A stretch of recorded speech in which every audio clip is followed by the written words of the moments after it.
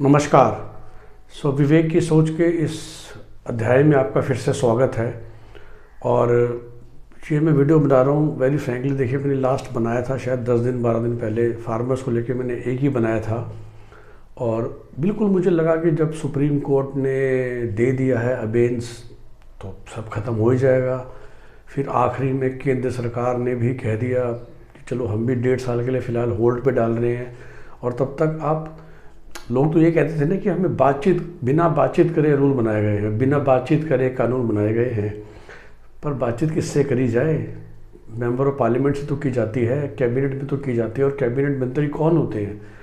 तो आपको समझना चाहिए कि एक लोकतंत्र में जो प्रधानमंत्री है वो एक तरह से 135 नहीं तो कम से कम 40 करोड़ लोगों का तो रिप्रेजेंटेटिव है।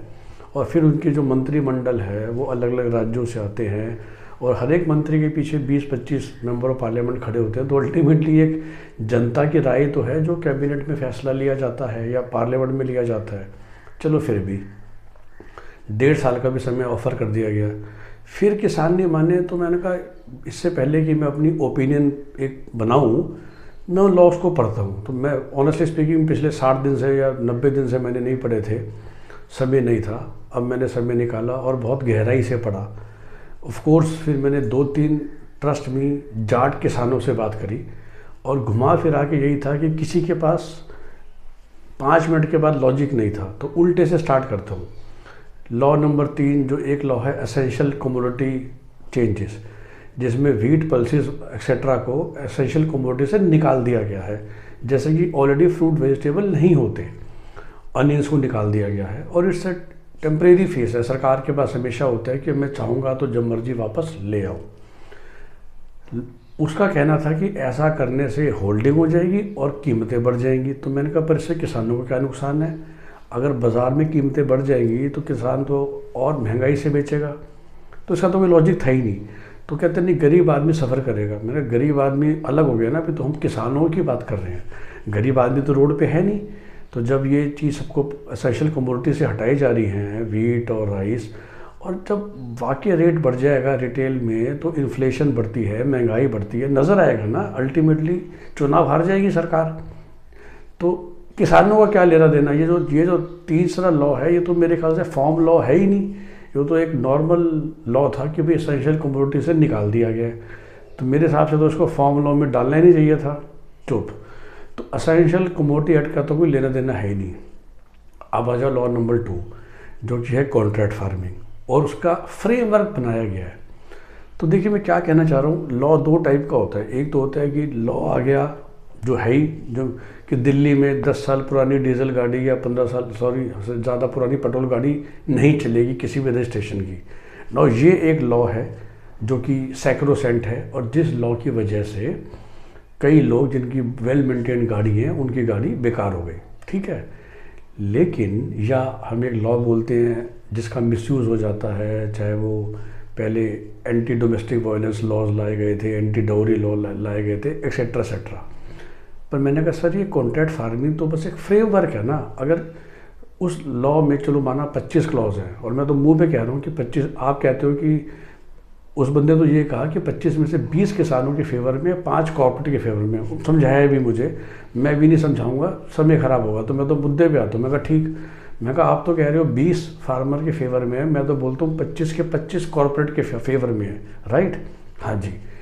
तो मैंने कहा भाई कॉन्ट्रैक्ट फार्मिंग मत करो।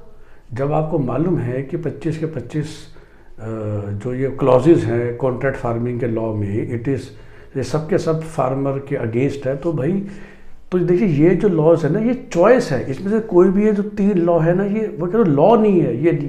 ये ऐसा लॉ नहीं है कि सीट बेल्ट नहीं पहनोगे तो 5,000 का चालान हो जाएगा, या मुंह पे मास्क लगा के इस समय दिल्ली के बाहर निकलोगे तो 2,000 का चालान हो जाएगा। ये तो लॉ के रूप में एक तीनों के तीनों एक ऑप्शनल लॉ है एनीवे किसानों के हाथ में ना, other than actually essential commodity जिसमें सबसे कम हल्ला हो रहा है। एसेंशियल कमोडिटी एक्चुअली फिर भी एक स्टेट लॉ है कि भाई ये 10 चीज़ें एसेंशियल कमोडिटी के बाहर हो गई तो उम्मीद है कि इन सब के रेट बढ़ जाएंगे, होल्डिंग होगी, ये होगा वो होगा। और जो आज हमें आलू सर्दियों में मिल रहा है 10 रुपये किलो, वो फिर 25 रुपये किलो से कम में नहीं मिलेगा, या अनियन जो इस समय 20 रुपये किलो मिल रहा है वो नहीं मिलेगा। ठीक है, तो ये तो पूरी इंडिया को इम्पैक्ट करेगा, पूरे 135 करोड़ लोगों को। कॉन्ट्रैक्ट फार्मिंग तो एक फ्रेमवर्क है। अगर किसानों को लग रहा है कि भाई ये तो हमारे फेवर में है ही नहीं तो मत करो ना, कोई फोर्स थोड़ी ना कि आपको कॉन्ट्रैक्ट फार्मिंग करनी पड़ेगी। जैसे आप पहले उगा रहे थे उगाओ, और जैसे आप बेच रहे थे बेचो। अब आ जाते हैं नंबर 1 लॉ पे कि जैसे आप बेच रहे थे। तो लॉ में कहा गया कि फ़िलहाल जो आपकी फेवरेट, आपकी मनपसंद आड़ती और मंडी ख़त्म हो रही है, आप उसको मेंटेन करना चाहते हो ना तो करो ना। फिर वो कहते हैं कि नहीं, देखो लॉजिक है किसानों का, और टीवी में भी यही आता है। कहते हैं कि देखो अगर आपने दूसरी ऑप्शन दे दी किसानों को जिसमें उनका 5-7% पैसा बच रहा है, तो किसान ही लालच में आके ट्रेडर को दे देगा, और जिसकी वजह से मंडियाँ ख़त्म हो जाएंगी अगले 3-4-5 साल में, और जिसकी वजह से आड़ती ख़त्म हो जाएंगे अगले 5-7-8 साल में, और जिसकी वजह से जो हम आड़ती से लोन लेते हैं, आड़ती के साथ हमारा प्यार भरा संबंध है, मतलब लंबी लंबी बातें कि आड़ती हमारे घर का होता है।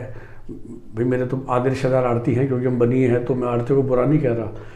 तो ठीक है, तो भाई अगर तुम उस सिस्टम को चलाना चाहते हो कि तुम हो आड़ती हो, मंडियाँ हो, और ये जो ट्रेडर आके आपसे लेना चाह रहा है उसे मत देना।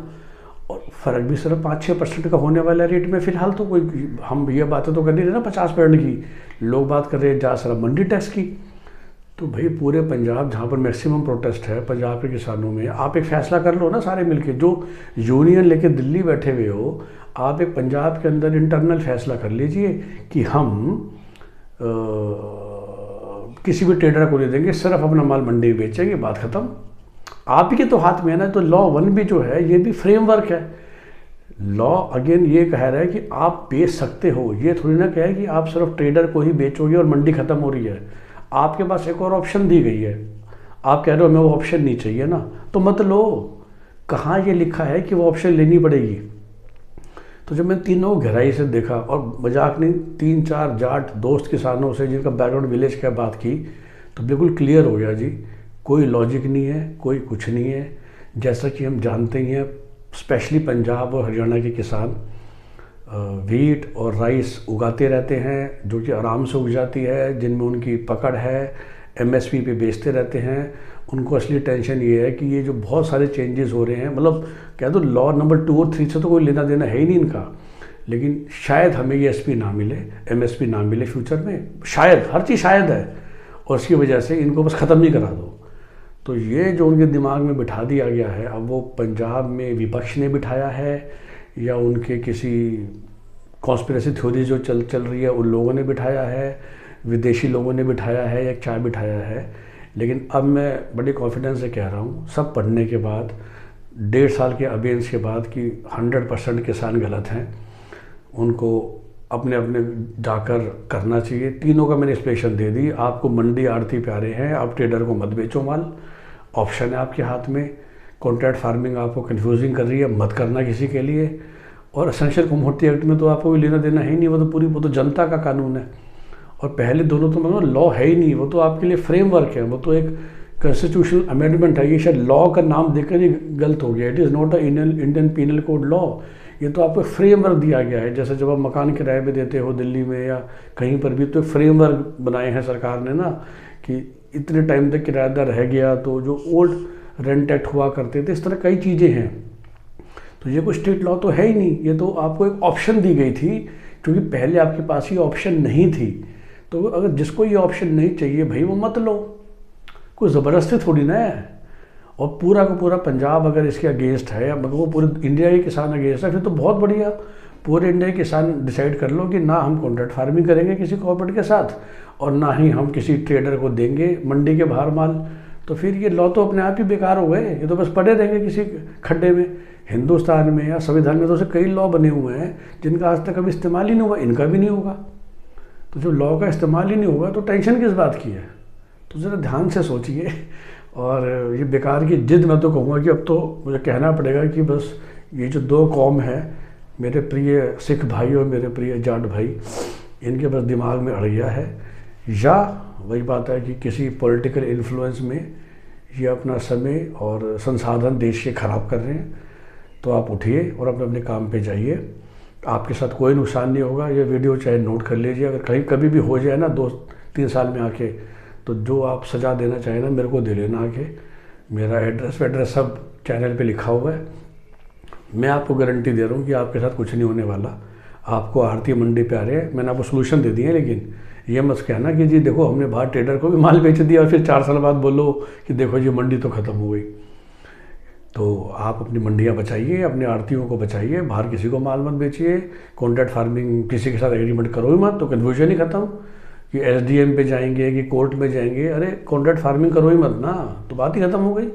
मर्जी से अपना माल बनाओ, जब बन जाएगा जो कॉर्पोरेट खरीदती है आपको पुसाता है उसको देना, नहीं पुसाता मत देना, मंडी में ही देना, जो आपको करना करो। कहाँ किसी लॉ में ये लिखा है, या तो मैं कहूँगा किसी भी लाइन में लिखिए, मतलब लॉ शब्द ही कहना ख़राब है, किस भी क्लॉज में लिखा है जो कहते हैं ना कि आपको ये चीज़ करनी है। तो ध्यान से दोबारा सुनिए, कुछ भी नहीं है आपके अगेंस्ट, इट इज़ सिंपली, अब तो मैं कह सकता हूँ जिस तरह पॉलिटिक्स हो रही है और कुछ नहीं है। धन्यवाद।